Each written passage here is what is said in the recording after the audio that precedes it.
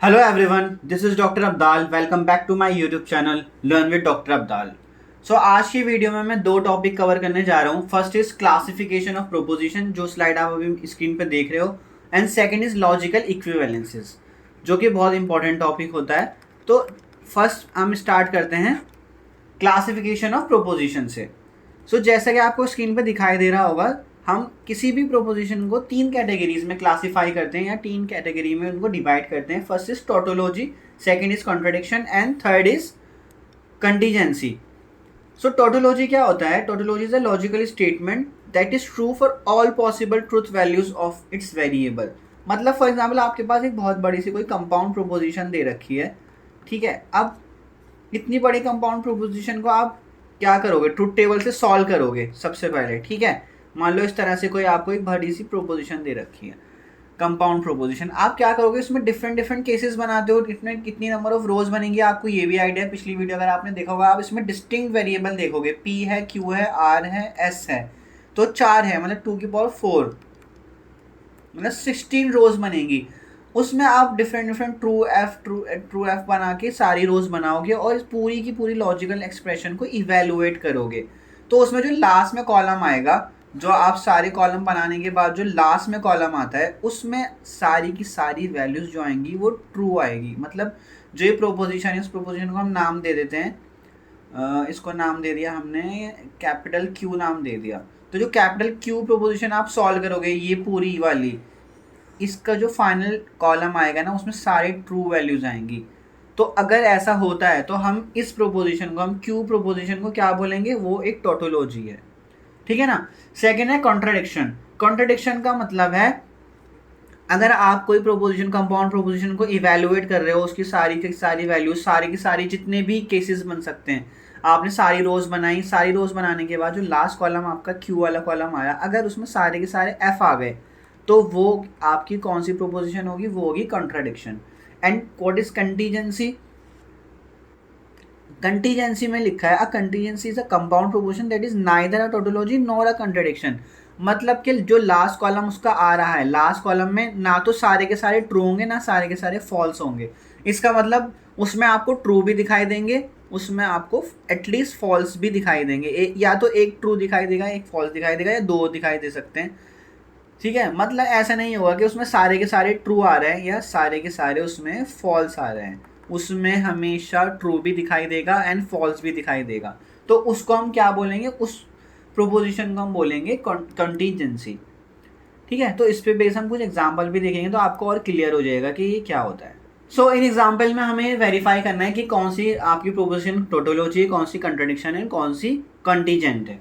तो सबसे पहले हम ए को इवेलुएट कर लें. तो ए में से पी दे रखा है, तो पी की वैल्यू क्या ले सकते हैं हम? या तो ट्रू ले सकते हैं, फॉल्स ले सकते हैं. निगेशन पी सॉल्व कर लेते हैं. निगेशन पी की वैल्यू क्या हो जाएगी? जो पी है उसका अपोजिट हो जाएगा. तो ट्रू है तो फॉल्स, फॉल्स है तो ट्रू, ठीक है. अब हमें नेक्स्ट क्या इवेलुएट करना है? पी और निगेशन पी. पी और निगेशन पी, मतलब इन दोनों का आपने और लेना है. तो और हमेशा क्या होता है? अगर एक भी ट्रू है तो ट्रू आता है. तो क्योंकि यहाँ पे एक ट्रू है तो ट्रू आ गया, यहाँ पे भी एक ट्रू है तो ट्रू आ गया. तो फाइनल, अब आप फाइनल वैल्यू देखो. फाइनल वैल्यू क्या आ रही है? टी आ रही है ना. तो ये एक टोटोलॉजी है. मतलब कि कौन सी कंपोजिशन? ये वाली, ये एक टोटोलॉजी है. यही आपको प्रूफ करना था. नेक्स्ट बी पार्ट प्रूफ करते हैं. आपको क्या सॉल्व करना है? P and negation P solve करना है. तो पी आपके पास है ट्रू या फॉल्स. निगेशन पी आपके पास क्या बनेगा? इनका अपोजिट हो जाएगा. जो ट्रू है उसका फॉल्स हो जाएगा, ठीक है ना, एंड फॉल्स का ट्रू हो जाएगा. बट अब आपको क्या सॉल्व करना है? P and negation P solve करना है. तो एंड के केस में ट्रू तभी होता है जब दोनों के दोनों ट्रू हो. अब यहाँ पे एक ट्रू एक फॉल्स है, तो इसका फाइनल आंसर टी आएगा, सॉरी एफ आएगा, ठीक है. और यहाँ पे एक एफ है, यहाँ पे एक टी है, तो इसका भी फाइनल एफ आएगा. तो आपकी जो फाइनल कंपोजिशन ये बनी, कंपाउंड प्रोपोजिशन, इसमें सारी की सारी वैल्यूज़ क्या आ रही हैं? फॉल्स आ रही हैं. तो इसका मतलब ये क्या है? ये है कॉन्ट्राडिक्शन. तो ये मैं आपको बता रहा था पिछले डेफिनेशन में कि किस तरह से हमें चेक करना होता है. नेक्स्ट सी पार्ट देखते हैं. पी और क्यू एंड निगेशन पी.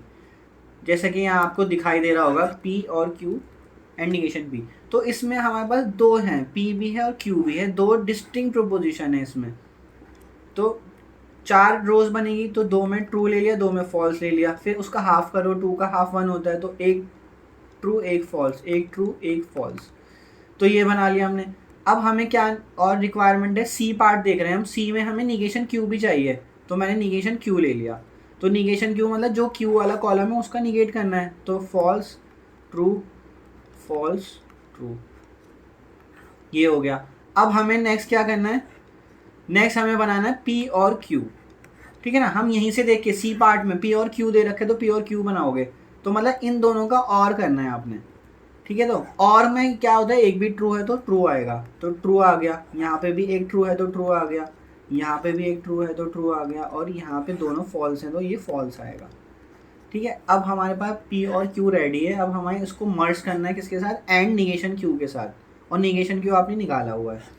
तो हम क्या करेंगे, पी और क्यू एंड निगेशन क्यू, मतलब कि इन दोनों कॉलम का हम क्या लेने जा रहे हैं, एंड।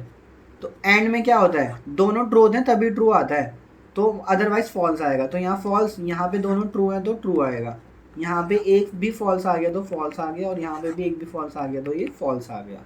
तो ये क्या निकल के आ रहा है, ना तो टोटोलॉजी हो रहा है। टोटोलॉजी क्या होता है, जहाँ पे सारे ट्रू आते हैं, और कंट्रडिक्शन क्या होता है, सारे फॉल्स आते हैं। तो यहाँ पे ट्रू भी दिखाई दे रहा है, फॉल्स भी दिखाई दे रहा है, तो ये है आपका कंटिंजेंट, ठीक है। अब हम करते हैं डी पार्ट। डी पार्ट में क्या क्या निकालना है आपने, पी इम्प्लाइज क्यू और P Q, Q implies P. तो हमें पी और क्यू की रिक्वायरमेंट होगी इसमें। तो और जो डिस्टिंक्ट आपकी प्रोपोजिशन है वो कितने हैं, पी और क्यू दो ही हैं, तो 4 रोज बनेंगी इसमें भी। तो ट्रू ट्रू ले लिया, फॉल्स, 2 की पावर 2 बनेंगे ना, क्योंकि डिस्टिंक्ट 2 हैं, तो 4 रोज बनेंगी। ये हमने ये पीछे की वीडियोस में सीखा हुआ है, तो आप मेरी वीडियोस देखना पीछे की, आपको आइडिया हो जाएगा कि किस तरह से होता है। अब हमें डी पार्ट में पी इम्प्लाइज क्यू भी निकालना है और क्यू इम्प्लाइज पी भी निकालना है, और करना है, मतलब ये लिख लेते हैं यहाँ पे, पी इम्प्लाइज क्यू और क्यू इम्प्लाइज पी। तो सबसे पहले हम निकाल लेते हैं पी इम्प्लाइज क्यू। तो हमें इम्प्लीकेशन मतलब कंडीशनल का भी रूल पता है। कंडीशनल का रूल ये होता है, फॉल्स वो तभी होता है जब यहाँ ट्रू और यहाँ फॉल्स हो, मतलब जब ट्रू फॉल्स को इम्प्लाई कर दे तो हमेशा फाइनल आंसर फॉल्स बनता है, अदरवाइज वो हमेशा ट्रू रहता है। तो यहाँ पे ट्रू रहेगा, यहाँ पे क्योंकि ट्रू और फॉल्स आ गया तो इसलिए इसका आंसर फॉल्स आएगा। अब यहाँ पे एफ टी है तो ये भी ट्रू आएगा, एफ एफ में भी ट्रू आएगा। तो पी इम्प्लाइज क्यू कर लिया, अब क्यू इम्प्लाइज पी करना है, मतलब हमें पहले क्यू देखना है फिर पी देखना है। तो दोनों ट्रू हैं तो ट्रू आ गया।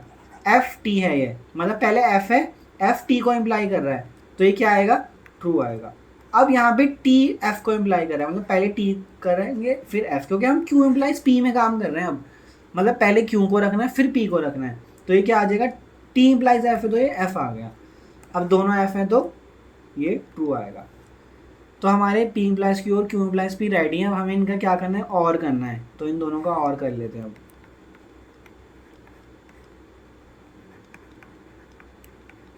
तो और में क्या होता है, अगर एक भी ट्रू है तो ट्रू, तो दोनों कॉलम को देखो ट्रू, जहाँ पे अगर एक भी ट्रू दिखाई दे रहा है तो ट्रू, तो सारे ट्रू आ रहे हैं, तो ये क्या बना आपका, टोटोलॉजी।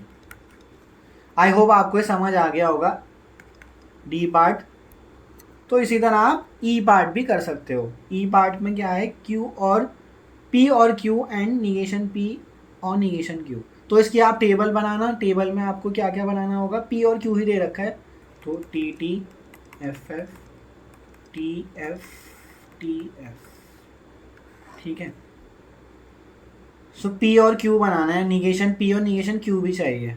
तो क्या बनाना है आपने, पी और क्यू, और उसके हमें किसके साथ मर्ज करना है, एंड करना है, निगेशन पी और निगेशन क्यू, और निगेशन पी और निगेशन क्यू इसके साथ मर्ज। तो आपको निगेशन पी की भी रिक्वायरमेंट होगी, निगेशन पी की और निगेशन क्यू की। तो पी का निगेट कर दो, पी आपके सामने दे रखा है यहाँ पे, एफ है तो टी कर दो, टी है तो एफ कर दो। निगेशन क्यू मतलब क्यू वाले कॉलम का निगेशन करना है, तो क्यू वाला कॉलम आपको ये दे रखा है, एफ टी टी। तो पी और क्यू निकालते हैं हम, तो इन दोनों का क्या करना है, और करना है। तो एक भी ट्रू दिखाई दे तो आप ट्रू कर दोगे उसको, ये दोनों लास्ट में यहाँ फॉल्स हैं तो फॉल्स आ गया, ठीक। पी और क्यू हो गया। तो अब आपको क्या करना है, निगेशन पी और निगेशन क्यू करना है, मतलब कि इन दोनों का और करना है।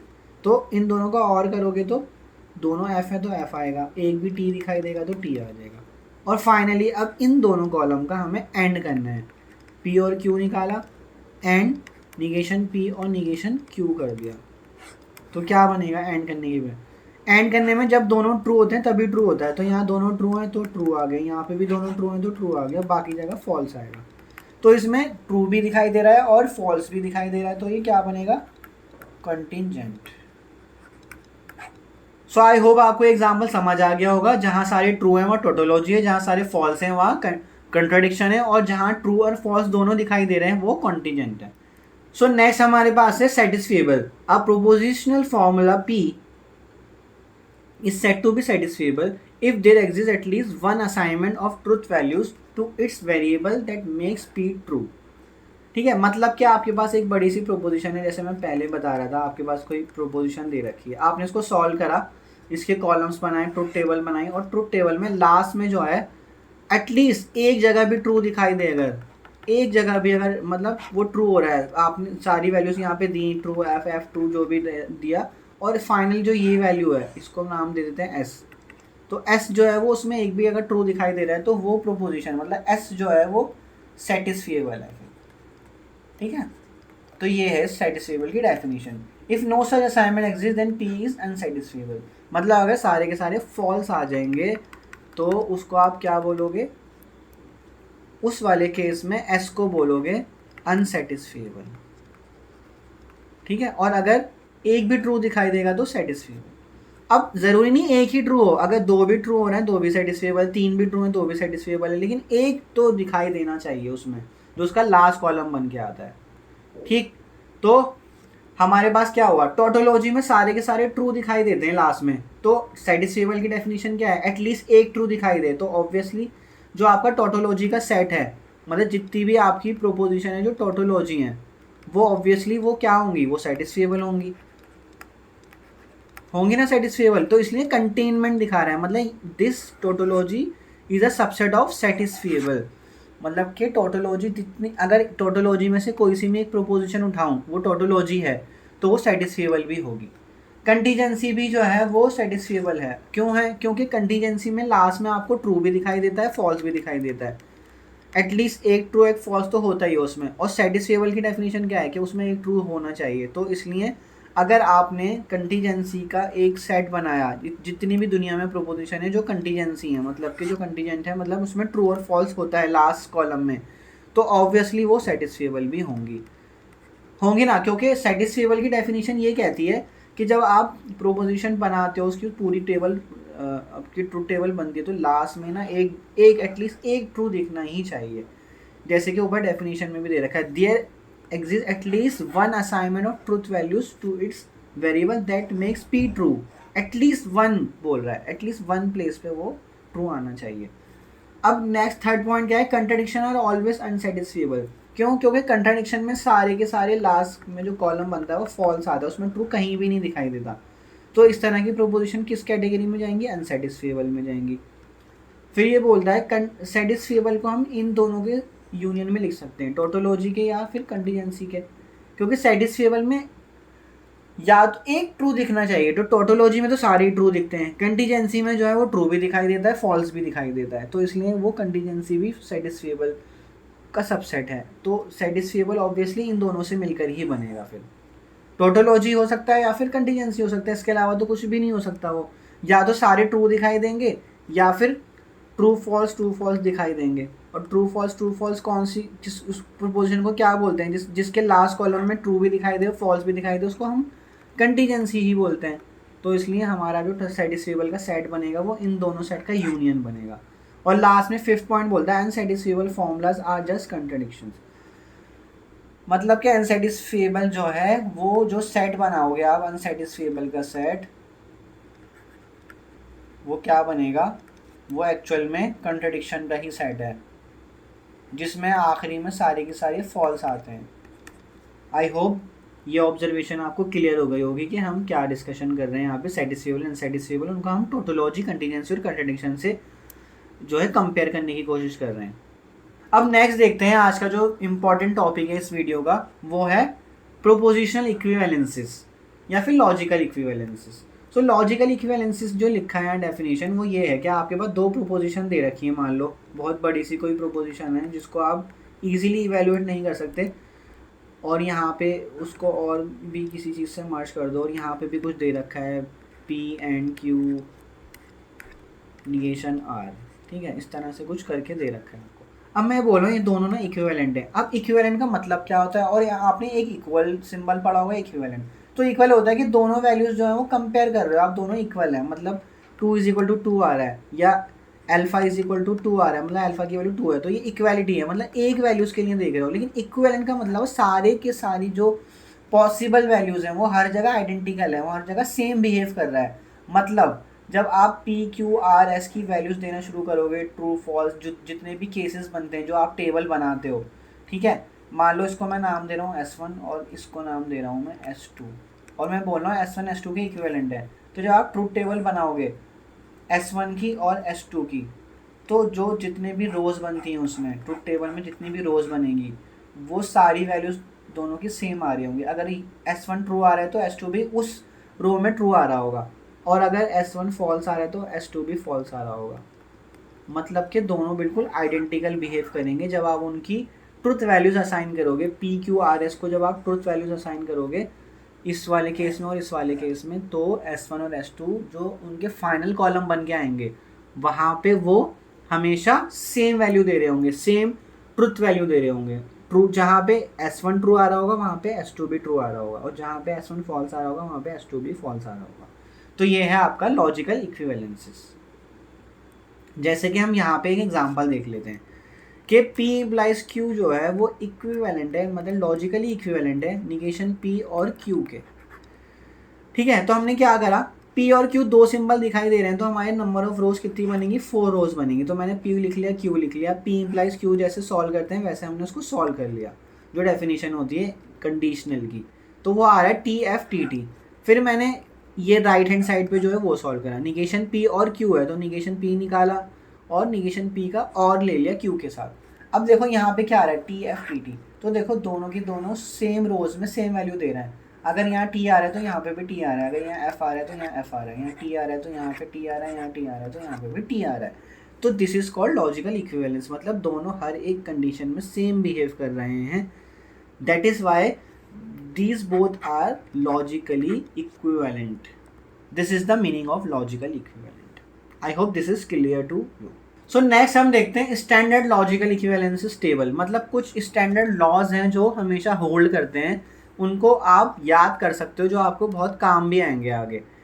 तो देख लेते हैं वन बाय वन लॉज क्या होते हैं, या आपने अगर वेक्टर स्पेस जैसा सब्जेक्ट पढ़ा है तो आपके लिए और भी आसान हो जाएगा। अगर नहीं पढ़ा तो मैं अभी भी एक्सप्लेन करूँगा, लेकिन आप अगर इससे जो है आप थोड़ा सा कंपेयर कर सकते हो तो आपके लिए आसानी हो जाएगी। तो आइडेंटिटी लॉ देखते हैं सबसे पहले। आइडेंटिटी लॉ क्या कह रहा है कि P एंड T जो है वो इक्विवेलेंट आ रहा है P के, मतलब कि P का अगर T के साथ आप जब भी एंड लोगे, एंड का मतलब कंजंक्शन लोगे, तो P के इक्वल आएगा। इसका मतलब है P को आप वैल्यू देना स्टार्ट करो, P की वैल्यू क्या है, वो या तो ट्रू हो सकती है फॉल्स हो सकती है। अब उसको आप हमेशा टी के साथ ही एंड कर रहे हो, टी के साथ एंड करने का मतलब वो टी के साथ ही एंड कर रहे हो। अब पी एंड टी करना है आपने, तो पी एंड टी क्या आएगा, एंड जब दोनों ट्रू होते हैं तभी ट्रू आता है। अब एक फॉल्स से एक ट्रू है तो ये फॉल्स आएगा। अब आपको क्या करना है, पी एंड टी और पी को देखो आपस में, क्या दोनों कॉलम सेम वैल्यू दे रहे हैं, यस, क्योंकि जहाँ पे P की वैल्यू T आ रही है वहाँ P एंड T की वैल्यू भी T आ रही है, जहाँ P की वैल्यू F आ रही है वहाँ P एंड T की वैल्यू भी F आ रही है। तो ये दोनों क्या हो गए, लॉजिकली इक्विवेलेंट हो गए। तो यहाँ पे ये बताने की कोशिश की गई है कि लॉजिकली इक्विवेलेंट क्या होता है। I hope this is clear to you. तो इसको आइडेंटिटी लॉ क्यों बोला जा रहा है। अब आइडेंटिटी क्या करता है, आइडेंटिटी जो है ना किसी भी चीज़ को फिक्स कर देता है। मतलब कि अगर मैं 3 को 1 से मल्टीप्लाई करूँ तो मुझे 3 ही मिलेगा, 4 को 1 से मल्टीप्लाई करूँ तो मुझे क्या मिलेगा, 3 इंटू 1 करूँ तो 3 मिलता है, 4 इंटू 1 करूँ तो 4 मिलता है। तो 1 क्या आइडेंटिटी की तरह बिहेव कर रहा है। तो P एंड T में T जो है वो आइडेंटिटी की तरह बिहेव कर रहा है। मतलब मैं यहाँ पे P को कुछ भी कर दूँ, मैं Q कर दूँ, Q का एंड करूँ T के साथ तो मुझे Q ही मिलेगा। तो T क्या कर रहा है, वो फिक्स कर रहा है, जो भी यहाँ पे मैं ले रहा हूँ R एंड T कर रहा हूँ तो ये हमेशा मुझे R ही देगा। तो यहाँ पे T फिक्स कर रहा है। इसी तरह और में भी कर सकते हो आप। तो जब और आ जाएगा तो वहाँ पे F आ जाएगा। क्यों, क्योंकि p की वैल्यू जो है आप जो भी लोगे तो और में फॉल्स यहाँ पे मैटर नहीं करेगा, वो फिक्स कर देगा इसको। जो भी p की वैल्यू लाओगे, p की वैल्यू अगर f लाओगे तो जब f के साथ आप उसको दोबारा से क्लब करोगे और करोगे तो वो आपको f ही देगा। क्या है, तो आप इसकी टेबल बना के भी देख सकते हो, p को f ले लो, t ले लो, फिर आपको f के साथ उसको और करना है। तो f का मतलब है हमेशा फॉल्स लेना है। यहाँ पे आप ये मत कंफ्यूज होना कि आप इसमें t और f क्यों नहीं ले रहे हो। यहाँ पे बोल रहा है हमेशा फॉल्स के साथ ही और करना है, हमेशा फॉल्स के साथ और करना है, p और f। तो p और f जब बनाओगे तो क्या आएगा, f है तो f आएगा, t और f है तो क्या आएगा, t आएगा। अब आप p और f वाले कॉलम को देखो, दोनों सेम वैल्यू दे रहे हैं ना, हर प्लेस दोनों रोज में सेम वैल्यू दे रहे हैं, तो ये लॉजिकली इक्विवेलेंट हो गए। तो हमने और में क्या सीखा, f जो है वो आइडेंटिटी की तरह बिहेव कर रहा है और एंड में t आइडेंटिटी की तरह बिहेव कर रहा है। अब नेक्स्ट है डोमिनेशन लॉ। डोमिनेशन लॉ का मतलब है मैं p का t के साथ और कर रहा हूँ तो क्या होगा, और में हम एक भी t होता है तो हमेशा फाइनल आंसर t ही आता है, इस तरह भी सोच सकते हो आप। तो p की वैल्यू या तो f ले लो या t ले लो, तो वो हमेशा t के साथ ही तो और होगी, t के साथ ही तो डिजंक्शन लिया जा रहा है उसका, तो वो हमेशा t ही आएगा। क्लियर। और अगर एंड ले रहे हो, अब एंड में क्या होता है, अगर एक भी f आ गया तो हमेशा आपका आंसर f ही आएगा। तो इसमें p मैटर ही नहीं कर रहा, p की वैल्यू t आए, p की वैल्यू f आए, लेकिन आप उसको कंजंक्शन ले रहे हो उसका f के साथ, तो इसलिए फाइनल आंसर आपका f आएगा। तो आप इसको इस तरह से भी सीख सकते हो, ठीक है, वरना आप टेबल बना के भी कर सकते हो। अब है आपका आइडेम्पोटेंट लॉ। आइडेम्पोटेंट लॉ का मतलब है आप कंजंक्शन किसी का किसी के भी साथ कितनी बार भी कर लो वो हमेशा वही रहेगा। मतलब p और p और p और p, जितना मर्जी p कर लोगे वो हमेशा आपको हमेशा p के इक्विवेलेंट ही रहेगा। कैसे, आपने p लिया ट्रू फॉल्स, फिर दोबारा से p लिया तो ट्रू फॉल्स ही तो लिखोगे उसको भी। अब आप उसका और कर रहे हो तो ट्रू ट्रू है तो ट्रू आ गया, फॉल्स फॉल्स है तो फॉल्स आ गया। तो हम क्या बनाएंगे, टी एफ आ रहा है, टी एफ आ रहा है, तो ये दोनों इक्विवेलेंट ही तो हुए। तो इसका मतलब है हम यहाँ पे आइडेम्पोटेंट लॉस क्या बोल रहे हैं, जितनी बार भी कंजंक्शन कर लो उस प्रोपोजिशन का उसी के साथ तो वो वही रहेगा। अब कंजंक्शन कर लो या डिसजंक्शन कर लो सेम ही रहेगा। Double negation. डबल निगेशन का मतलब है दो बार निगेट करोगे किसी प्रोपोजिशन का तो वो वही का वही आ जाएगा सेम। ये तो आप करते ही हो, -2 से मल्टीप्लाई करोगे तो 2 ही आ जाएगा, तो वो वही लॉ लग रहा है यहाँ पे। कम्यूटेटिव लॉ, तो वेक्टर स्पेस वाले बच्चे जो जानते हैं वेक्टर स्पेस को, कम्यूटेटिव लॉ क्या होता था कि आप दो वेक्टर को ऐसे ऐड कर लो या ऐसे ऐड कर लो, v प्लस यू कर लो या u प्लस v कर लो, वो आपका सेम ही रहेगा। तो कम्यूटेटिव लॉ में दो प्रोपोजिशन को p और q कर लो या q और p कर लो वो सेम ही रहेंगी, p एंड q कर लो या q एंड p कर लो, दोनों प्रोपोजिशन का आंसर आपका सेम ही आएगा। अब नेक्स्ट हम देखते हैं एसोसिएटिव लॉ। सो एसोसिएटिव लॉ को आप याद करो, अगर हम तीन मैट्रिक्स को मल्टीप्लाई करते हैं, आप बी और सी को मल्टीप्लाई करके फिर ए से मल्टीप्लाई कर लो, या पहले ए और बी को मल्टीप्लाई करो उसके बाद सी से मल्टीप्लाई कर लो, तो वो सेम ही तो आंसर देगा। तो वही एसोसिएटिव लॉ आपका यहाँ पे भी लग रहा है। मतलब आप पहले दो पी और क्यू का क्या कर रहे हो, डिसजंक्शन कर रहे हो, उसके बाद आर के साथ डिसजंक्शन कर रहे हो, तो वो सेम ही है कि आप पहले Q और R का डिसजंक्शन ले लो उसके बाद P के साथ कर लो, जो डिसजंक्शन के लिए हो रहा है वही कंजंक्शन के लिए भी रूल लगेगा। ठीक है, तो ये आपका एसोसिएटिव लॉ हो गया, ये वेक्टर स्पेस में भी होल्ड करता था और वहाँ पे हम मोस्टली मैट्रिसेस का एग्जांपल देते थे, या एडिशन में भी लेके चल सकते हो आप, B प्लस C कर रहे हो या फिर A पहले करा और उसके साथ B भी कर दिया और बाद में C कर दिया, तो वो सेम आंसर देगा। फिर है नेक्स्ट डिस्ट्रीब्यूटिव लॉ। सो डिस्ट्रीब्यूटिव लॉ को आप सोचो इस तरह से, जो हम वेक्टर स्पेस में करते थे कि हमने किसी स्केलर को दो वेक्टर के एडिशन से मल्टीप्लाई करा, तो यहाँ पे क्या होता था, ये जो आपका डॉट है ये डिस्ट्रीब्यूट हो जाता था एडिशन के ऊपर। मतलब a जो है वो u के साथ भी डॉट में जा रहा है स्केलर मल्टीप्लिकेशन, और a जो है वो v के साथ भी स्केलर मल्टीप्लिकेशन में जा रहा है, यही तो करते हो आप। तो यहाँ पे भी डिस्ट्रीब्यूटिव लॉ ऐसे ही लग रहा है, मतलब p और q एंड r आपसे पूछा जा रहा है, तो आप क्या करोगे, आप इसको यूज़ करोगे बार बार जब आप p से एक तरह से क्या कर रहे हो, मल्टीप्लाई कर रहे हो या फिर और कर रहे हो, और का मतलब डिसजंक्शन कर रहे हो, और फिर p को r के साथ भी करोगे तो क्या होगा, p और q, पहले q के साथ करा, अब आपके बीच में ये वाला सिंबल आएगा जो यहाँ है एंड। ठीक है, जैसे यहाँ पे प्लस वाला आ जाता था ऊपर, यहाँ प्लस वाला बीच में आ जाता था, और यहाँ पे और वाला आ गया पहले। ठीक, उसके बाद p को हम और करें, सॉरी एंड है, ये एंड आ गया यहाँ पे, फिर P और R करेंगे, तो इस तरह से बन गया है। इसी तरह हम जब बाहर एंड है और अंदर और है तो उसमें भी डिस्ट्रीब्यूटिव लॉ ऐसे ही लगेगा। फिर डिमॉर्गन लॉ का आपने सेट थ्योरी थोड़ी बहुत पढ़ी होगा, तो सेट थ्योरी से आता है ये, मतलब अगर आप A यूनियन B का कॉम्प्लीमेंट लेना चाहते हो तो वो क्या बनता था, A complement intersection B complement. तो निगेशन यहाँ पे क्या है, वो कॉम्प्लीमेंट ही तो है, और एंड, ये एंड को आप क्या मान सकते हो, ये इंटरसेक्शन मान सकते हो, तो बनेगा वो वही, मतलब कॉम्प्लीमेंट P एंड Q लिखा है, तो क्या हो रहा था यहाँ पे, A का कॉम्प्लीमेंट एंड B का कॉम्प्लीमेंट, तो यूनियन का इंटरसेक्शन हो रहा था, तो यहाँ पे एंड का और हो जाएगा, तो निगेशन P और एंड का क्या हो जाएगा, और हो जाएगा, एंड निगेशन Q। तो ये आपका डिमॉर्गन लॉ लग गया। तो डिमॉर्गन लॉ दो होते हैं, एक एंड के लिए और एक और के लिए, तो दोनों की आप बिहेवियर देख लो, जहाँ पे ये साइन है वो साइन रिवर्स हो गया और दोनों के साथ निगेशन लग गया। I hope De Morgan law is clear to you. So next is absorption law. So absorption law क्या करता है, एब्जॉर्ब कर लेता है, मतलब कि P के साथ ये वाली आपकी वैल्यू जो लिखी है, P इस पूरे को एब्जॉर्ब कर रहा है। तो इसको आप सीखने के लिए ट्रुथ टेबल बनाना, ट्रुथ टेबल बनानी आपको आती है, P बनाना। अब क्योंकि दो डिस्टिंक्ट वेरिएबल हैं, प्रोपोजिशन है, तो TTFF बनेगा, Q है तो फिर वही TF बनेगा, और उसके बाद आप क्या करोगे, P एंड Q निकालोगे। P एंड Q क्या आएगा, जहाँ पे भी दोनों ट्रू हैं तभी ट्रू आएगा, अदरवाइज फॉल्स आएगा। उसके बाद आप इसको किसके साथ मर्ज करोगे, P के साथ और करोगे, P एंड Q, तो P के साथ इसका और कर रहे हो आप, तो जहाँ पे भी ट्रू दिखाई दे एक भी, तो ट्रू बनेगा। तो ये क्या आ रहा है देखो, ये P की तो इक्विवेलेंट आ रहा है, P जहाँ पे ट्रू है वहाँ पे ये वाली भी लास्ट प्रोपोजिशन भी ट्रू है, ये भी ट्रू है तो ट्रू है, ये फॉल्स है तो ये भी फॉल्स है, ये फॉल्स है तो ये भी फॉल्स है। इसका मतलब ये दोनों की दोनों क्या हो गई, इक्विवेलेंट हो गई ये दोनों की दोनों। तो ये आपका एब्जॉर्प्शन लॉ हो गया। निगेशन लॉ, P और निगेशन P करोगे, ये हमने अभी टोटोलॉजी और कंटीजेंसी और कंट्रडिक्शन में भी सीखा था, तो ये T आएगा। तो आप इसकी ट्रुथ टेबल बना के देखना, ये T आएगा और ये F आएगा। आई होप आपको ये लॉस क्लियर हो गए होंगे।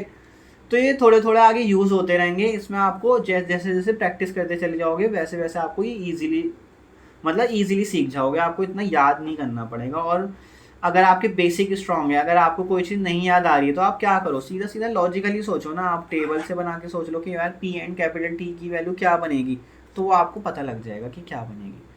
अब नेक्स्ट हमारे पास क्या है, logical equivalences of conditional and biconditional. तो ये मैं कुछ चीज़ें डिस्कस कर रहा हूँ, ऐसे बहुत सारों की आपके लॉजिकल इक्विवेलेंस बन सकते हैं, बहुत इवन बहुत सारे 1000 ऑफ लॉजिकल इक्विवेलेंसेस बना सकते हो आप, लैक्स ऑफ लॉजिकल इक्विवेलेंसेस। तो ये कुछ पर्टिकुलर इक्विवेलेंसेस हैं, उनको हम थोड़ा सा डिस्कस कर लेते हैं, तो आपको आइडिया हो जाएगा कि किस तरह से होता है। जैसे सबसे इंपॉर्टेंट है ये P implies Q if and only if negation P और Q। तो ये कैसे हो रहा है, इसके लिए आप क्या करोगे, इसके लिए आप टेबल बना लो, P है और Q है, तो आपको आइडिया हो जाएगा। ये बहुत इंपॉर्टेंट है, ये आगे यूज़ भी बहुत होता है। तो P की वैल्यू दो है तो 2T 2F ले लो, और यहाँ पे TF ले लो, ठीक। अब आप नेक्स्ट क्या करोगे, नेक्स्ट आपको करना है P implies Q। तो P implies Q कब होता है फॉल्स, जब एक ट्रू हो और एक फॉल्स हो जाए, मतलब पहले वाला ट्रू हो जाए और दूसरा वाला फॉल्स हो जाए, तभी ही फॉल्स होता है, अदरवाइज सारे केसेस में ये ट्रू ही रहता है। तो हमने P implies Q तो कर लिया, अब निगेशन P कर लेते हैं। सो निगेशन P क्या होगा, इस P वाले कॉलम का निगेशन होगा ऑब्वियसली, तो ये हो जाएगा फॉल्स फॉल्स ट्रू ट्रू, और फाइनली क्या आएगा, निगेशन P और Q आएगा। तो इसमें क्या बनेगा, निगेशन P और Q, तो Q ये दे रखा है और निगेशन P ये दे रखा है, इनका आपको क्या करना है, और में एक भी ट्रू दिखाई देगा तो हमेशा ट्रू बनेगा, तो ये बन गया। अब आप देखो इन दोनों कॉलम्स को, इन दोनों कॉलम्स में क्या आपको सब कुछ सेम दिखाई दे रहा है, मतलब कि अगर यहाँ पे ट्रू है तो यहाँ पे भी ट्रू है, यहाँ फॉल्स है तो यहाँ पे भी फॉल्स है, यहाँ ट्रू है तो यहाँ पे भी ट्रू, यहाँ ट्रू तो यहाँ पे भी ट्रू। तो ये क्या हो गए, लॉजिकली इक्विवेलेंट, मतलब P और Q की हमेशा जो भी वैल्यू आप असाइन कर रहे हो तो दोनों के दोनों हमेशा सेम वैल्यू दे रहे हैं, तो ये लॉजिकली इक्विवेलेंट हो गए आपके। तो ये बहुत यूज़ होता है, आप इसको याद कर लेना, P implies Q is logically equivalent to negation P और Q के, ठीक है। इस तरह से आप और भी बहुत सारे ये प्रूफ कर सकते हो। यूज़ कर करके अपने लॉजिकल जो पीछे रूल्स पढ़े थे, अभी आपने आइडेंटिटीज़ पढ़ी थी, लॉस पढ़े थे, उनको यूज़ करके भी कर सकते हो ये सारे। अगर आपको ये है ना या तो आप इनसे ये सारे भी बना सकते हो, ठीक है। तो जैसे जैसे आगे यूज़ होते जाएगा हम वैसे वैसे सीखते चले जाएंगे। जैसे कि हम इसमें से कोई एक उठा लेते हैं पार्ट, हम ये वाला 7 पार्ट उठा लेते हैं, ठीक है। तो इन दोनों को लॉजिकली इक्विवेलेंट प्रूफ करना है, तो मैं कौन सा वाला पार्ट उठा लेता हूँ, P और Q इम्प्लाइज R। मैं यहाँ से स्टार्ट करता हूँ, ठीक है। अब ये किसकी इक्वल होगा, अब अभी अभी हमने सीखा था कि अगर ए बी को इम्प्लाई कर रहा है, जैसे यहाँ पे मैंने फॉर्मूला लिखा है, अगर ए बी को इम्प्लाई कर रहा है तो ये लॉजिकली इक्विवेलेंट है निगेशन ए और बी के। तो आप क्या करो, इसको ए मान लो और इसको बी मान लो, तो ये क्या बनेगा, निगेशन ए और फिर बीच में और बी क्या है आर। अब आपने अगर मेरी वीडियो देखी है प्रेसिडेंस ऑफ लॉजिकल ऑपरेटर की, तो उसमें सबसे पहले निगेशन अप्लाई होता है। मतलब अगर आपके पास बहुत सारे लॉजिकल ऑपरेटर हैं उसमें सबसे पहले कौन सा अप्लाई होता है, निगेशन। तो निगेशन अप्लाई कर दो इसके ऊपर, तो कैसे होगा निगेशन अप्लाई, डिमॉर्गन लॉ करके। तो negation P and negation Q हो जाएगा और बाहर है और। अब आपको कम्यूटेटिव लॉ भी पता होगा, कम्यूटेटिव लॉ है, इसको पहले लिख लो या इसको पहले लिख लो, कोई फ़र्क नहीं पड़ता। तो ये हो जाएगा आर और negation P and negation Q के, ठीक है। हम 7th वाली इनइक्वालिटी 7 वाली इक्विवेलेंस कर रहे हैं, मैं आपको प्रूफ करना सिखा रहा हूँ कि कैसे प्रूफ कर सकते हो। तो ये आ गया यहाँ तक। अब इसको मैं क्या कर सकता हूँ, अब यहाँ पे मैं डिस्ट्रीब्यूटिव लॉ लगा सकता हूँ। तो आर और निगेशन पी डिस्ट्रीब्यूटिव लॉ लगा, एंड आर को अब निगेशन क्यू के साथ कर दो, तो आर और निगेशन क्यू कर दिया, लिख सकते हैं ना ऐसा। अब हम क्या ऊपर वाली इक्विवेलेंस तक पहुँचे, तो मैं अब क्या करने जा रहा हूँ, यहाँ पे और लिखा है तो यहाँ पे कम्यूटेटिव लॉ लगा रहा हूँ। आप इसको निगेशन पी को पहले लिख लो और आर को बाद में लिख लो, कोई फ़र्क नहीं पड़ता, क्योंकि कम्यूटेटिव लॉ होल्ड करती है हमेशा प्रोपोजिशंस में। तो निगेशन क्यू मैंने यहाँ पहले लिख लिया और आर लिख लिया। अब निगेशन पी और आर को मैं इस फॉर्मूले से ज़रा देखो क्या लिख सकता हूँ, क्योंकि यहाँ ए इम्प्लाई बी है तो वो निगेशन ए और बी बनना है, तो निगेशन ए और बी है तो मैं उसको ए इम्प्लाई बी लिख सकता हूँ ना। तो मैं उल्टा जा रहा हूँ, मतलब मैं यहाँ से यहाँ जा रहा हूँ, तो मैं इसको क्या लिख सकता हूँ, पी इम्प्लाइज आर, एंड इसको क्या लिख सकता हूँ मैं, क्यू इम्प्लाइज आर। अब आप ज़रा 7th वाला पार्ट देखो क्या आ रहा है, P implies R and Q implies R. तो P implies R and Q implies R. तो हमने स्टार्ट कहाँ से करा, हमने स्टार्ट यहाँ से करा और हम कहाँ पहुँच गए, हम यहाँ पहुँच गए लास्ट में। तो ये दोनों लॉजिकली इक्विवेलेंट है। तो इसको आप या तो ऐसे कर सकते हो, ये कौन सा रूल मैंने अप्लाई कर रहा हूँ, ये है आपका अलजेब्राइक मेथड। मतलब मैं जितने भी हमने अभी रूल्स पढ़े, जितने लॉस पढ़े, मैंने वो 1 by 1 अप्लाई कर दिए। और अगर आप चाहो तो ट्रुथ टेबल बना के भी कर सकते हो। कैसे करोगे, इसमें लेफ्ट हैंड साइड की ट्रुथ टेबल बनाओ, पी क्यू आर 3 है तो 2 की पावर 3 नंबर ऑफ रोज आएंगी, मतलब कितनी आएंगी, 8 नंबर ऑफ रोज आएंगी। तो 8 रोज बनेंगी, लेफ्ट हैंड साइड को सॉल्व करो और राइट हैंड साइड को सॉल्व करो, तो वो फाइनल जो उनकी कॉलम बन रहे होंगे, इन दोनों के फाइनल कॉलम्स जो बन रहे होंगे उसमें ट्रू और फॉल्स दोनों सेम सेम दे रहे होंगे। जहाँ एक ट्रू आ रहा है वहाँ, अगर जहाँ लेफ्ट हैंड साइड वाला ट्रू आ रहा है वहाँ राइट हैंड साइड वाला भी ट्रू आ रहा होगा, ठीक है। और जहाँ लेफ्ट हैंड साइड वाला फॉल्स आ रहा है वहाँ राइट हैंड साइड वाला भी फॉल्स आ रहा होगा। तो आप इसको ट्रुथ टेबल से भी कर सकते हो, ठीक है, कोई दिक्कत नहीं है। ट्रुथ टेबल से कर लो या फिर आप अलजेब्राइक मेथड से कर लो, तो हमेशा सेम ही देंगे वैल्यूज। तो इक्विवेलेंस आप इस तरह से प्रूव कर सकते हो। आई होप आपको ये चीज़ समझ आई होगी। इसी तरह आपके पास नेक्स्ट है बाई कंडीशनल का, जैसे कंडीशनल का है। तो इसमें जो याद रखने वाली चीज़ है वो ये है, याद रखने वाली चीज़ कि अगर P if and only if Q है, P if and only if Q, मतलब P Q को भी इम्प्लाई करता है और Q P को भी इम्प्लाई करता है। तो मैं इसको लॉजिकली ऐसे लिख सकता हूँ, P जो है वो Q को भी इम्प्लाई कर रहा है, एंड बीच में एंड आएगा, और Q जो है वो P को भी इम्प्लाई कर रहा है। अगर आप इसको प्रूफ करना चाहो तो आप ट्रुथ टेबल से प्रूफ भी कर सकते हो। ओके, आप इसकी ट्रुथ टेबल बनाओ पहले लेफ्ट हैंड साइड की, बाई कंडीशनल की आप मेरी वीडियो देखना, बाई कंडीशनल का कनेक्टिव कैसे अप्लाई होता है। वो तभी ट्रू होता है जब दोनों ट्रू होते हैं, और तभी ट्रू होता है जब दोनों फॉल्स होते हैं, ठीक है, ये होता है इसका रूल। अदरवाइज बाकी केसेस में वो हमेशा फॉल्स रहता है। इस तरह से आप इसको ऐसे भी लिख सकते हो और इसी चीज़ को आप ऐसे भी लिख सकते हो। क्यों, क्योंकि जो मैंने अभी बोला P if and only if Q का मतलब है या तो दोनों साथ में ट्रू होंगे और या दोनों साथ में फॉल्स होंगे, तभी आपका जो लॉजिकल ये है बाई कंडीशनल है ये तभी ट्रू होता है।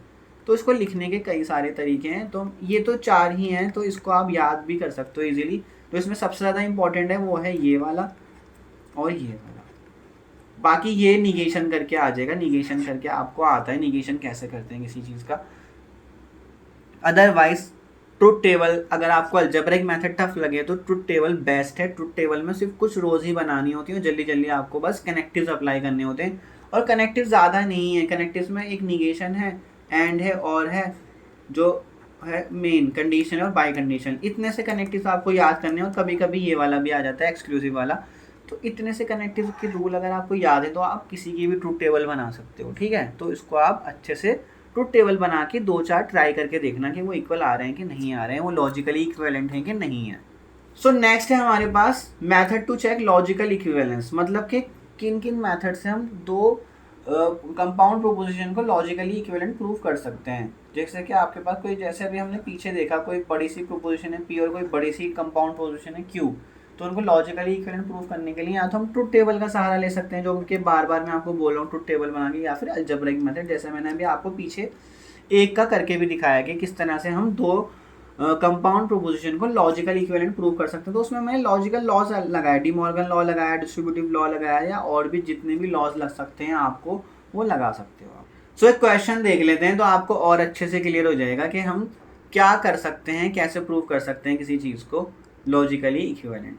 तो ये बोल रहा है कि इस वाले को प्रोपोजिशन को इसके लॉजिकली इक्विवेलेंट प्रूव करना है, तो हम क्या करेंगे, टेबल बना लेंगे। तो हमारे पास पी और क्यू दिखाई दे रहा है इसमें मेनली, तो पी और क्यू तो 2 हैं, तो 2 की पावर 2 नंबर ऑफ रोज आएंगी, इसमें 4 नंबर ऑफ रोज। तो 2 बार टी लिखोगे, 2 बार एफ लिखोगे, फिर क्या करोगे, एक बार टी एक बार एफ, एक बार टी एक बार एफ, ये हो गया पी क्यू। अब जो जो यहाँ दे रखे ना वो चीज़ें बनाते चले जाओ।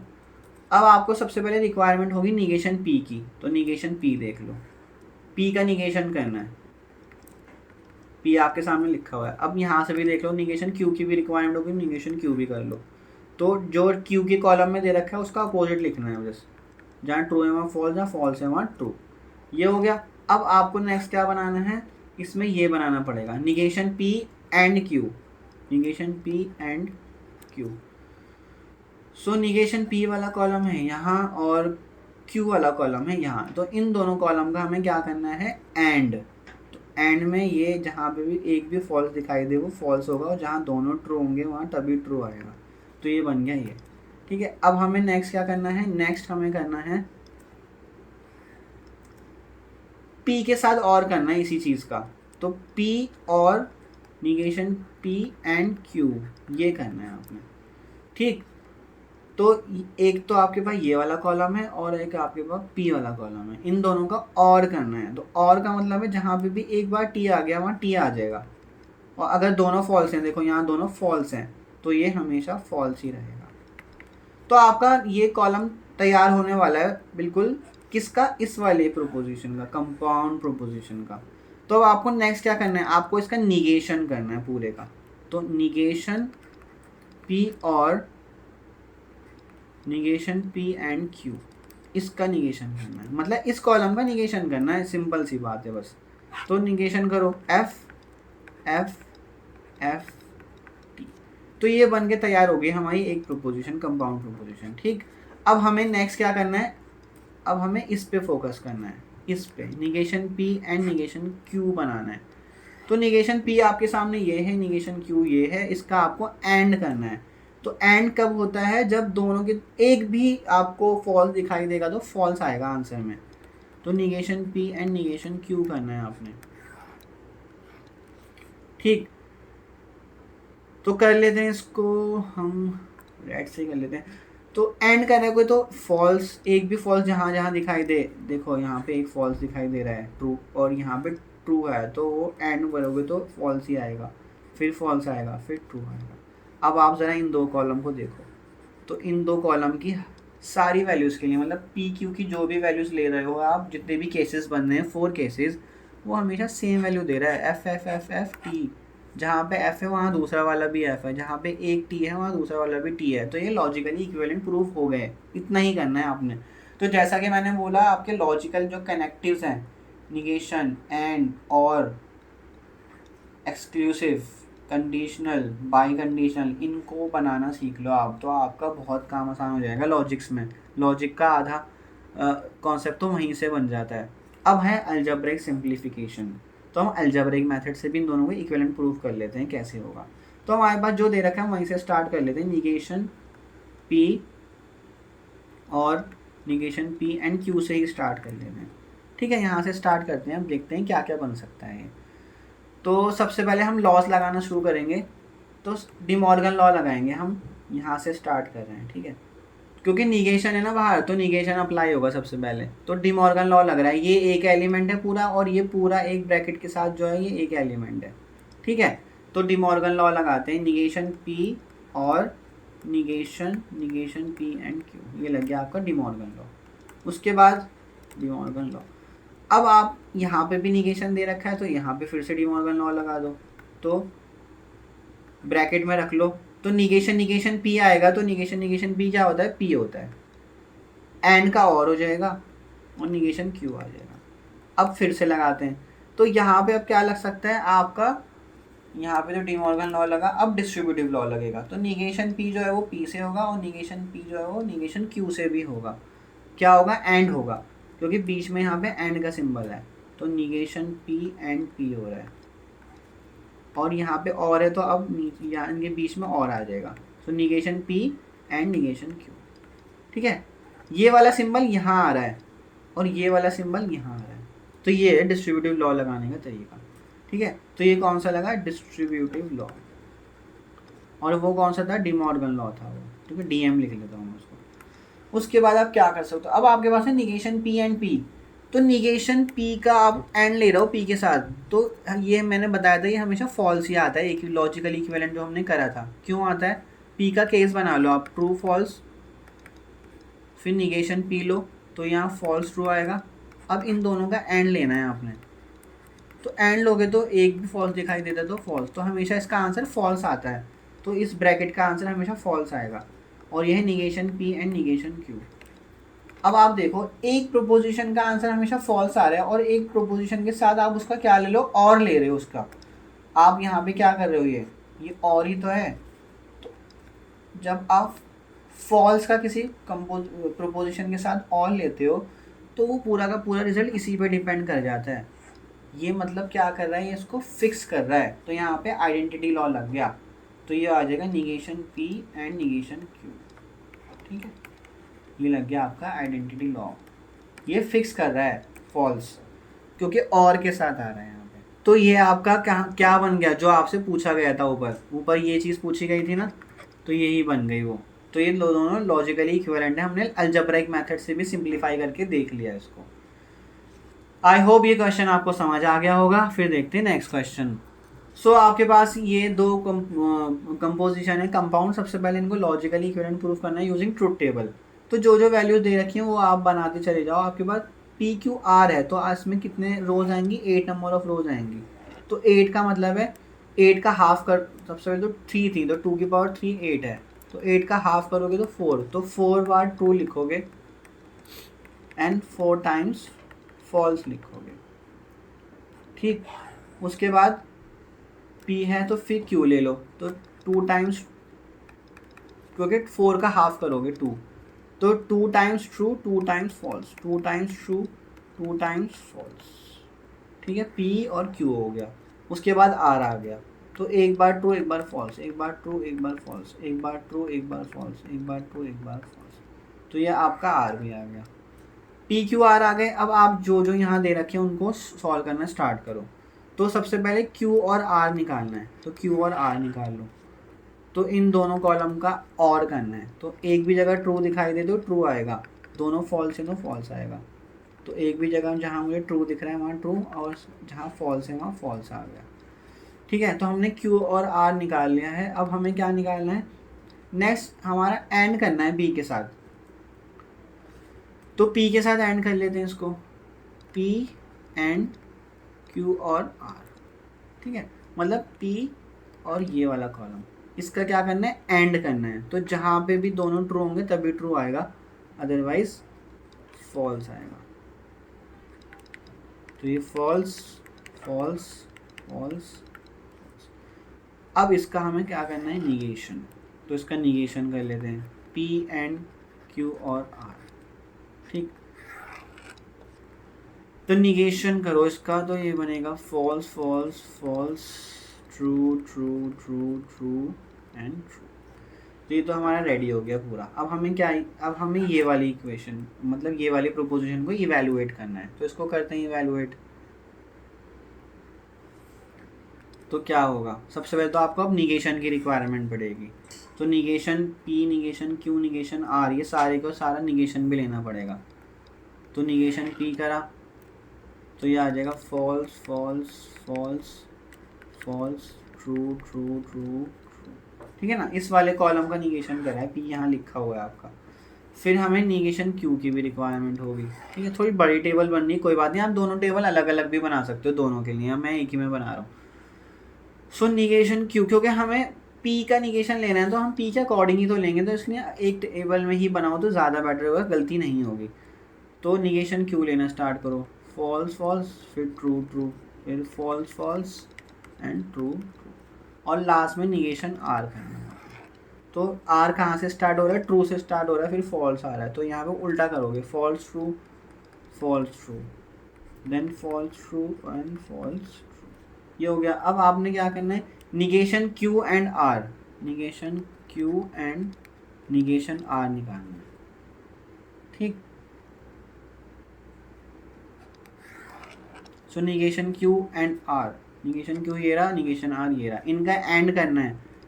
तो जहाँ पे भी एक भी फॉल्स है तो हमेशा फॉल्स, दोनों ट्रू हैं तभी ट्रू आएगा, फॉल्स फॉल्स ट्रू।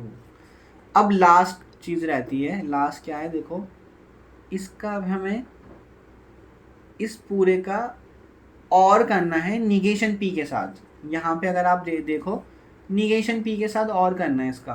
तो निगेशन पी हमने निकाला ही हुआ है, निगेशन पी ये रहा, और इसका हमें क्या करना है देखो, निगेशन पी और negation Q and negation R. तो इन दोनों का कॉलम का और करना है, तो हमारा यहाँ पे पूरा ये सॉल्व हो जाएगा। तो क्या बनेगा और करने पे, देखो इन दोनों कॉलम पे फोकस करो बस। अब आप फॉल्स फॉल्स तो और आएगा, एक भी ट्रू दिखाई दे तो ट्रू आ जाएगा, false true true true true and true. तो क्या बनाओ, अब आप देखो किस किस पे फोकस करना है हमें। एक तो इस पे फोकस करना है, ये कॉलम कहाँ निकाला है हमने, ये वाला निकाला हुआ है, और एक लास्ट वाला। अब देखो क्या ये दोनों सेम वैल्यू दे रहे हैं, देखो यहाँ फॉल्स आ रहा है, यहाँ पे भी फॉल्स, यहाँ फॉल्स आ रहा है, यहाँ पे भी फॉल्स, यहाँ फॉल्स आ रहा है, यहाँ पे भी फॉल्स, और बाकी ट्रू आ रहा है, यहाँ पे भी ट्रू आ रहा है। तो ये हर एक केस में सेम वैल्यू दे रहा है। तो इसका मतलब ये और दोनों के दोनों प्रोपोजिशन क्या है, लॉजिकली इक्विवेलेंट हैं। तो मतलब जो आपसे पूछा गया था कि ये दोनों लॉजिकली इक्विवेलेंट हैं कि नहीं, तो यस, ये दोनों लॉजिकली इक्विवेलेंट हैं। तो बट इसमें मेहनत हमें ज़्यादा लगी, क्योंकि इसमें दोनों बिल्कुल डिफरेंट थे। एक में तो सीधा सीधा था, फिर निगेशन लिया जा रहा था, और एक में सारे निगेशन थे, फिर उनका कंजंक्शन डिसजंक्शन लिया जा रहा था। तो इसमें इतनी बड़ी टेबल बन गई है, इसमें काफ़ी सारे कॉलम्स बन गए हैं, जो कि आपको बनाने में हो सकता है थोड़ी सी गलती हो जाए। ट्रुथ टेबल कहीं कहीं आसान हो जाती है, कहीं कहीं थोड़ी टफ हो जाती है। टफ नहीं कहूँगा मैं, बस लेंथी है। तो आप 1 2 3 4 5 6 7 8 9 10 11 कॉलम बनाओगे इसके, और हर एक कॉलम में कितनी रोज हैं, 8 थी। तो 88 वैल्यूज़ को इवेलुएट कर रहा हूँ। कोई बात नहीं, अब हम अलजेब्रिक मेथड से करेंगे, क्योंकि हमारे पास दोनों मेथड हैं। तो मैं स्टार्ट करता हूँ यहाँ से, निगेशन पी एंड क्यू और आर, इनको इवेलुएट करना हम स्टार्ट करते हैं। ठीक है, तो सबसे पहले डिमॉर्गन लॉ लगेगा, क्योंकि बाहर निगेशन दे रखा है। तो निगेशन पी एंड का और हो जाएगा, एंड निगेशन क्यू और आर हो जाएगा। अब निगेशन पी एंड, अब बाहर निगेशन है इस ब्रैकेट के, तो मैं इस ब्रैकेट के बाहर का negation as a De Morgan law open कर दूंगा। तो ओपन हुआ तो निगेशन आर आ गया। अब यहाँ पे क्या लगेगा, डिस्ट्रीब्यूटिव लॉ लगेगा। तो निगेशन पी जो है वो निगेशन क्यू के साथ और होगा, और ये वाला एंड बाहर आ जाएगा, ये बाहर आ गया। फिर निगेशन पी और होगा निगेशन आर के साथ। ठीक हो गया यहाँ तक। तो ये क्या बन रहा है आपका, निगेशन पी और negation Q and negation P और निगेशन आर बन रहा है। अब मैं क्या कर रहा हूँ यहाँ, ये तो मैंने सॉल्व करके इसमें चेंज कर लिया, अब मैं इसको दोबारा इसको भी चेंज सॉल्व कर लेता हूँ। तो ये सॉल्व करता हूँ अलग से, ये सॉल्व होगा मेरा निगेशन पी और negation Q and negation R. इसको सॉल्व करें तो क्या बनेगा, इसको भी सॉल्व कर लेते हैं। तो सबसे पहले यहाँ पे साफ दिखाई दे रहा है, डी मॉर्गन लॉ लगा दो। तो निगेशन पी और निगेशन क्यू आ जाएगा, फिर ये वाला एंड बाहर आ जाएगा, निगेशन पी और निगेशन आर आ जाएगा। अब आप ज़रा इन दोनों को कंपेयर करो, ये दोनों सेम आ रहे हैं।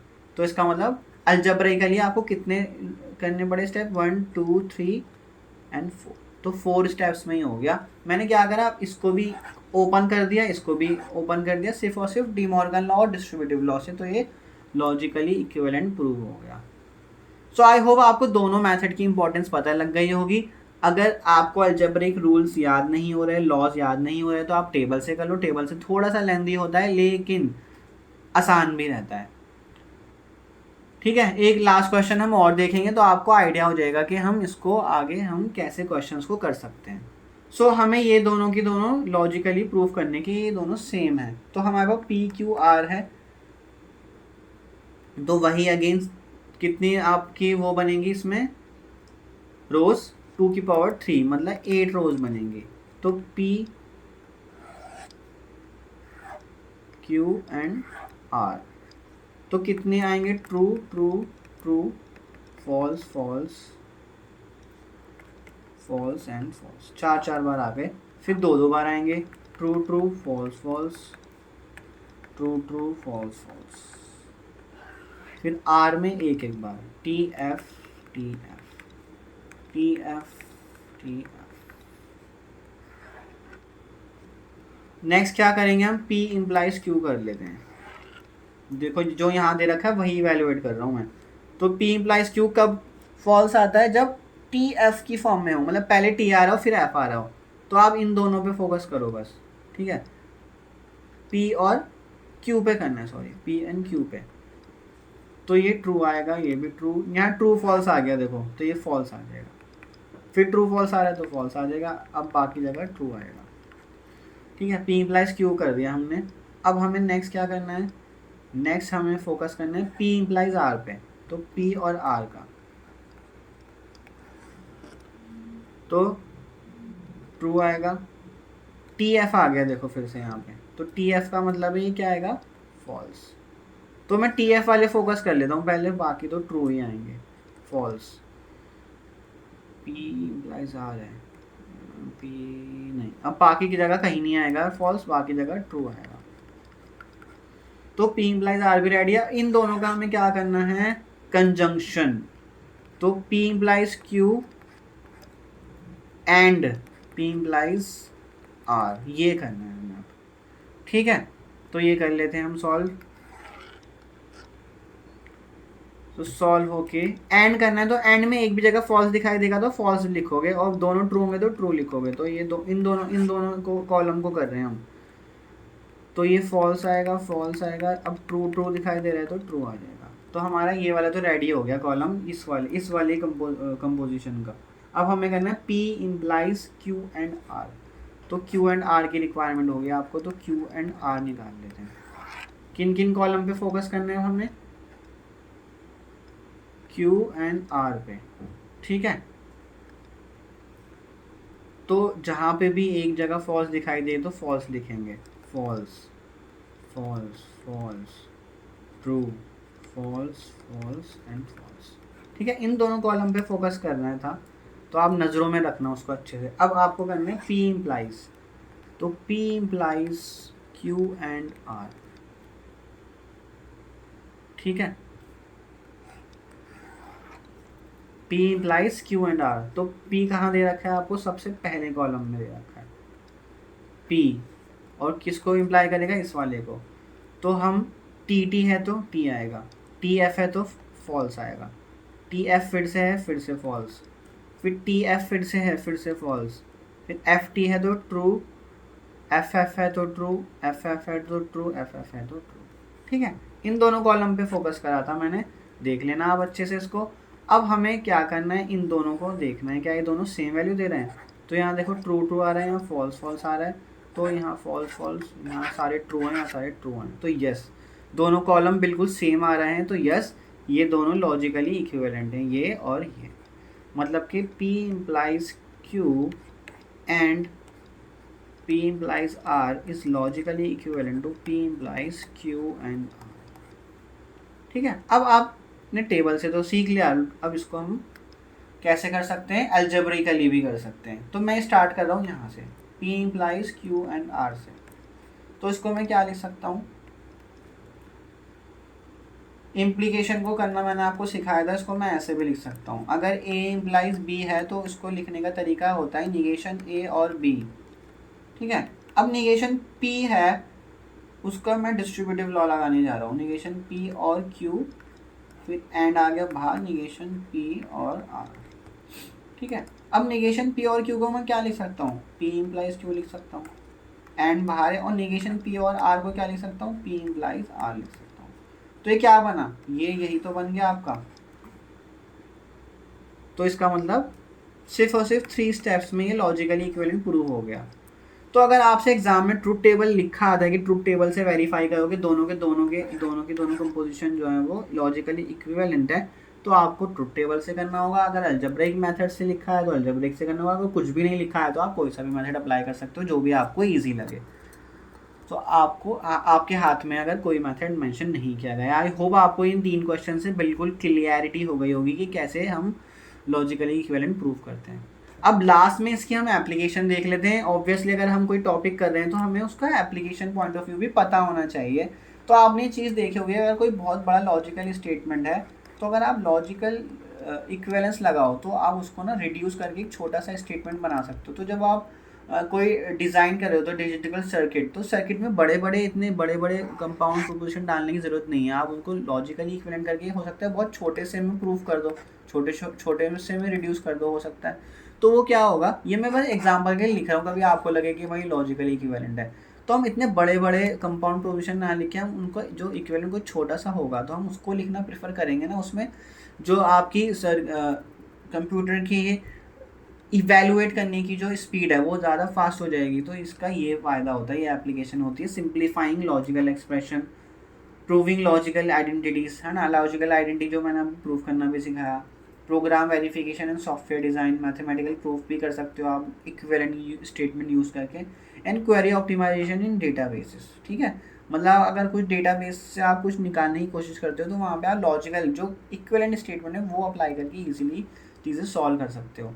और आपके अगर कोई बड़े बड़े कोड्स लिखे हैं, हो सकता है आपने एक कंडीशन ऊपर दी कुछ इफ़ एंड देन करके, और फिर नीचे भी एक कंडीशन दी इफ़ एंड देन, और हो सकता है उन दोनों का मीनिंग सेम ही हो। तो आप क्यों बड़ी बड़ी कंडीशन लिखोगे, आप छोटी कंडीशन लिखना प्रेफर करोगे ना, जहाँ पे प्रोग्राम आपका छोटा हो जाएगा। सो आई होप आपको एप्लीकेशन पॉइंट ऑफ व्यू भी समझ आ गया होगा। फिर मिलेंगे नेक्स्ट वीडियो में, अच्छे से प्रैक्टिस करते रहिए। और अगर आपको मेरा कंटेंट अच्छा लग रहा है please like share and subscribe जरूर करें, उससे मुझे बहुत मोटिवेशन मिलता है। फिर मिलेंगे नेक्स्ट वीडियो में, थैंक यू सो मच।